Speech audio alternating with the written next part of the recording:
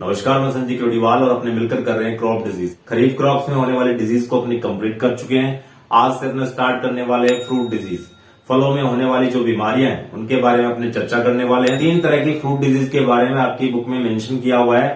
पहली कौन सी है? सिट्रस कैंकर, जो कि नींबू और उसकी जो फैमिली के प्लांट है उनके अंदर अपने को देखने को मिलती है। एक बेर की डिजीज है और एक अपने करेंगे गुआवा या अमरूद की डिजीज। आज जो अपने डिजीज कंप्लीट करेंगे उस डिजीज का नाम है सिट्रस कैंकर, या कह सकते हैं नींबू का खर्रा रोग, जो कि बेसिकली नींबू और उसकी फैमिली के जो दूसरे प्लांट है, जिस तरह से मौसमी है, जिस तरह से किन्नू है, जिस तरह से संतरा है, उनके अंदर बेसिकली ये डिजीज देखने को मिलती, जिसको आज अपने कंप्लीट करेंगे।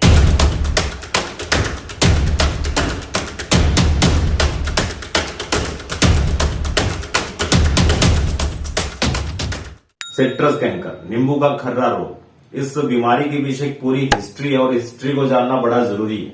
सबसे पहले नाम आता आपकी बुक में मेंशन किया हुआ है फॉसेट एंड जेनकिंस। ये ऐसे पहले 2 इंसान थे जिन्होंने पूरी दुनिया को इस बीमारी के बारे में बताया, रूबरू करवाया। इस तरह की कोई डिजीज होती है, ये पूरी दुनिया को सबसे पहले किसने बताया?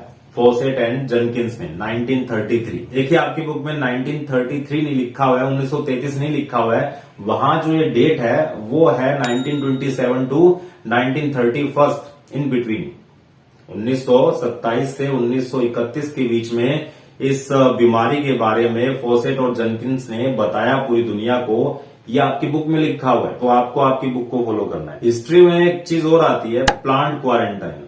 प्लांट क्वारंटाइन क्या होता है या पादप संगरोध क्या होता है?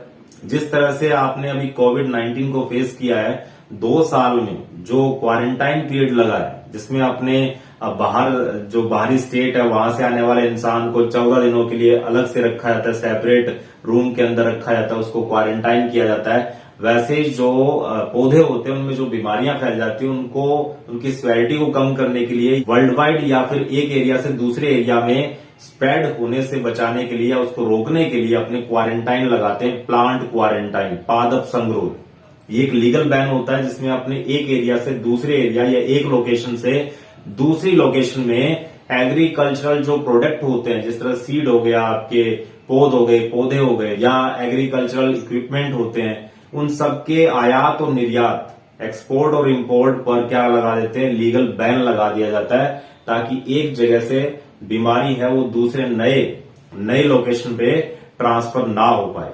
तो यहां पर इस नींबू के अंदर जो खर्रा रोग है या सिट्रस कैंकर है, इस बीमारी को वर्ल्ड वाइड फैलने से रोकने के लिए सबसे पहले प्लांट क्वारंटाइन लगाया गया 1914 से 1931 के बीच में। 1914 से लेकर 1931 के बीच में पहला क्वारंटाइन लगाया गया इस डिजीज को रोकने के लिए। अब तीसरी एक बात और आती है इसी हिस्ट्री के अंदर, एक चीज और पढ़ लेते हैं। हस्सी नाम के एक इंसान थे, वैज्ञानिक थे, साइंटिस्ट थे, या कह सकते हैं माइक्रोबायोलॉजिस्ट थे, जिन्होंने सबसे पहले बताया कि इस बीमारी के पीछे एक बैक्टीरिया का हाथ है। ये जो सिट्रस कैंकर डिजीज है उसके पीछे कोई ना कोई बैक्टीरिया है और उस बैक्टीरिया का नाम है ज़ैंथोमोनास। तो ज़ैंथोमोनास ये डिजीज कोज कर रहा है, ये सबसे पहले किसने बताया? हस्सी नाम के इंसान ने। अब बात करेंगे अपने पैथोजन की। पैथोजन कौन है जो बीमारी कोज कर रहा है, बीमारी फैला रहा है? तो मैंने अभी बताया कि ज़ैंथोमोनास नाम का एक बैक्टीरिया होता है जो कि ये सिट्रस कैंकर नाम की बीमारी को फैला रहा है। सिट्रस फ्रूट के अंदर, एप्पल और पॉपुलर ट्री के अंदर भी कैंकर बनता है, लेकिन वो बीमारी कौन कोज करता है? वो एक फंगल डिजीज होती है, वो एक फफूंद कोज करता है। यहां पर जो सिट्रस फैमिली के प्लांट के अंदर या फिर जो खट्टे फल होते हैं उन पौधों के अंदर ये बीमारी जो सिट्रस कैंकर फैल जाती है वो कोज कर रहा है एक बैक्टीरिया जिसका नाम है ज़ैंथोमोनास। अब इसका पूरा नाम भी पढ़ लेते हैं अपने, ज़ैंथोमोनास एक्सोनोपोडिस पैथोवर सिट्री। पैथोवर या पीवी जहां कहीं भी लिखा हो, अपने दिमाग में एक ही बात आनी चाहिए कि अपने बात कर रहे हैं, यहाँ पर बात चल रही है बैक्टीरिया के बारे में। अगर फॉर्मा स्पेशलिस्ट लिखा हो, शॉर्ट में लिखा हो FSP, तो अपने बात कर रहे हैं किसकी? फंगस की, फफूंद की। ज़ैंथोमोनास एक्सोनोपोडिस पैथोवर सिट्री या पीवी सिट्री। सिट्री इसलिए बोला गया कि ये सिट्रस फैमिली के प्लांट में डिजीज कोज कर रहा है, उस नाम से इसका नाम रखा गया सिट्री। ठीक है, इसी में अगली बात अपने करते हैं कि ये जो पैथोजन है, ये जो बैक्टीरिया है, वो किस टाइप का बैक्टीरिया है? पहली बात, ये ग्राम नेगेटिव बैक्टीरिया है। ये ग्राम स्टेन डाई को रिसीव नहीं करता है, उस पर कलर नहीं चढ़ता है, इस वजह से ग्राम नेगेटिव बैक्टीरिया है। साथ में एक बेसिलस टाइप का बैक्टीरिया है। बेसिलस का मतलब ये लॉन्ग रोड शेप्ड बैक्टीरिया होता है, इस तरह से कैप्सूल होता है। और तीसरी बात निकलकर सामने आती है, ये एक मोनोट्राइकस बैक्टीरिया है।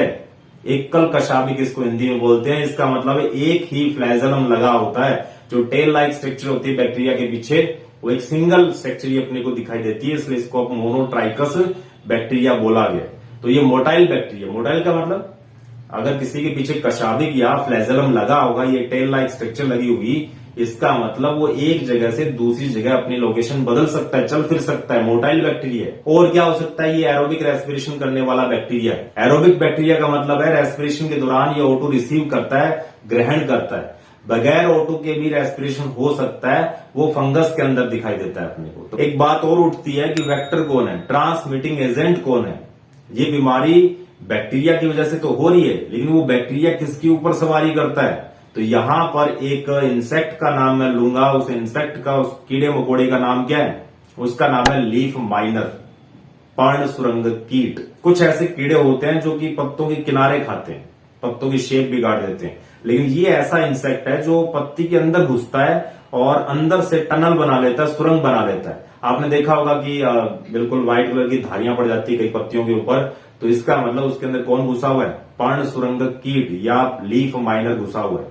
ये पत्ती को अंदर से खोखला करता है। ठीक है, तो ये पर्ण सुरंग कीट या लीफ माइनर है, इसके ऊपर बैठा रहता है ज़ैंथोमोनास।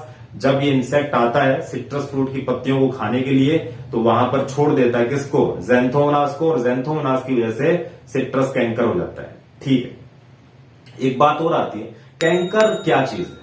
अब बार बार मैं कैंकर बोल रहा हूं, तो कैंकर होता क्या। देखिए, कैंकर और एक मोजेक दोनों ही लीफ के ऊपर बनने वाले धब्बे लेजाइन्स होते हैं। धब्बा वो भी है, मोजेक धब्बा कौन है, ये अपने कैंकर भी धब्बे ही होते हैं। तो दोनों में फर्क होता है। जब मोजेक बनते हैं छोटे छोटे बनते हैं, इररेगुलर बनते हैं, और बहुत सारे बनते हैं पत्ती के ऊपर, और पत्ती कैसी हो जाती है, चितकबरी हो जाती है, बोटल्ड जिसको बोल देते हैं। अब बात आती है किसकी, कैंकर की। कैंकर में क्या होता है, स्पोर्ट कम बनते हैं, धब्बे कम बनते हैं, लेकिन धीरे धीरे वो स्पोर्ट क्या होते हैं, बड़े होने स्टार्ट हो जाते हैं, और उनके चारों तरफ, उन धब्बों के चारों तरफ अपने को एक येलो कलर की रिंग दिखाई देती है, जिसको अपने हेलो बोलते हैं। तो ये दोनों में फर्क हो गया, किसमें, मोजेक में और अपने कैंकर में। ठीक है, अब अपने सिम्टम्स की बात कर लेते हैं। सिम्टम्स क्या क्या होते हैं, जिसको देखने के बाद अपने कह सकते हैं कि अपने सिट्रस प्लांट को क्या हो गया, अपने नींबू को क्या हो गया है, अपने नींबू फैमिली के प्लांट्स को क्या हो गया, सिट्रस कैंकर हो गया। तो पहला सिम्टम क्या होता है, पत्तियों के ऊपर सबसे पहले सिम्टम अपीयर होते हैं। पत्तियों के ऊपर छोटे छोटे धब्बे बनने स्टार्ट हो जाते हैं, लेजाइन्स बनने स्टार्ट हो जाते हैं। और वो कैसे बनते हैं, वो बनते हैं वाटर सॉक्ड, जलासक्त जिसको बोल देते हैं। ऐसा लगता है कि उसमें पानी भरा हुआ है। वाटर सॉक्ड सिम्टम्स अपने को दिखाई देते हैं, या लेजाइन्स बन जाते हैं छोटे छोटे, वो धीरे धीरे बड़े होते हैं फिर। और इन धब्बों का जो साइज है वो 1 मिलीमीटर से लेकर 1 सेंटीमीटर तक देखा गया, 1 millimetre to 1 centimetre. Water soaked जो धब्बे बन गए थे वो सूख जाते हैं, हार्ड हो जाते हैं, वुडी हो जाते हैं, काष्ठी हो जाते हैं, जैसे लकड़ी होती है उस टाइप की अपने को इनकी प्रेजेंस दिखाई देती है पत्तियों के ऊपर। और धीरे धीरे स्वेल्टी होने के बाद ये पत्तियों से होते हुए धब्बे कहाँ चले जाते हैं, अपने फ्रूट के ऊपर, अपने नींबू के ऊपर भी बनने स्टार्ट हो जाते हैं। आपने देखा होगा मार्केट में नींबू आते हैं, तो कुछ नींबू के ऊपर अपने को इस तरह के थोड़े हार्ड और थोड़े वुडी कलर के अपने को क्या दिखाई देते हैं, थोड़े सिम्टम दिखाई देते हैं, या फिर उसके ऊपर धब्बे दिखाई देते हैं, लेजाइन्स दिखाई देते हैं।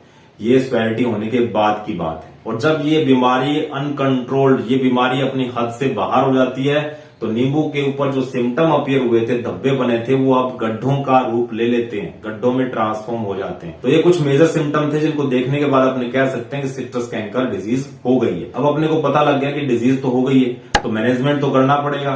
तो सबसे पहले मैनेजमेंट में अपने करेंगे बोर्डो मिक्सचर का यूज।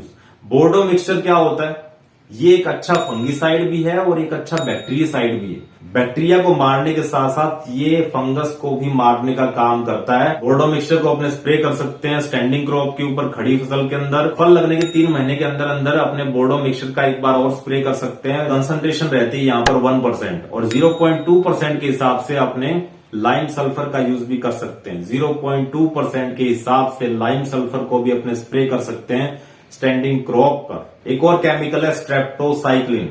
ये क्या चीज है, ये एक एंटीबायोटिक है और बैक्टीरिया को अच्छे से मार सकती है। स्ट्रेप्टोसाइक्लिन को अपने 500 ppm के हिसाब से काम में ले सकते हैं। पार्टिकल पर मिलियन के हिसाब से ये कंसंट्रेशन होती है। इसको अपने 15 दिनों के अंतराल में महीने में 2 बार स्प्रे कर सकते हैं। तो ये अपना मैनेजमेंट हो गया। इसके बाद लास्ट में अपने करते हैं disease resistant varieties. Disease resistant varieties में कागजी लेमन आ सकता है, कागजी नींबू आ सकता है, SN2 काम में आ सकता है, अपने संकर 2 और संकर 4 ये सारी वैरायटी अपने काम में ले सकते हैं सिट्रस कैंकर को रोकने के लिए, उसको प्रिवेंट करने के लिए। तो इस तरह से आज अपने कंप्लीट कर लिया सिट्रस कैंकर या नींबू का खर्रा रोग। कोई क्वेरी तो आप पूछ सकते हैं, तब तक के लिए बने रहिए, टिके रहिए एंड इनहेल बायोलॉजी।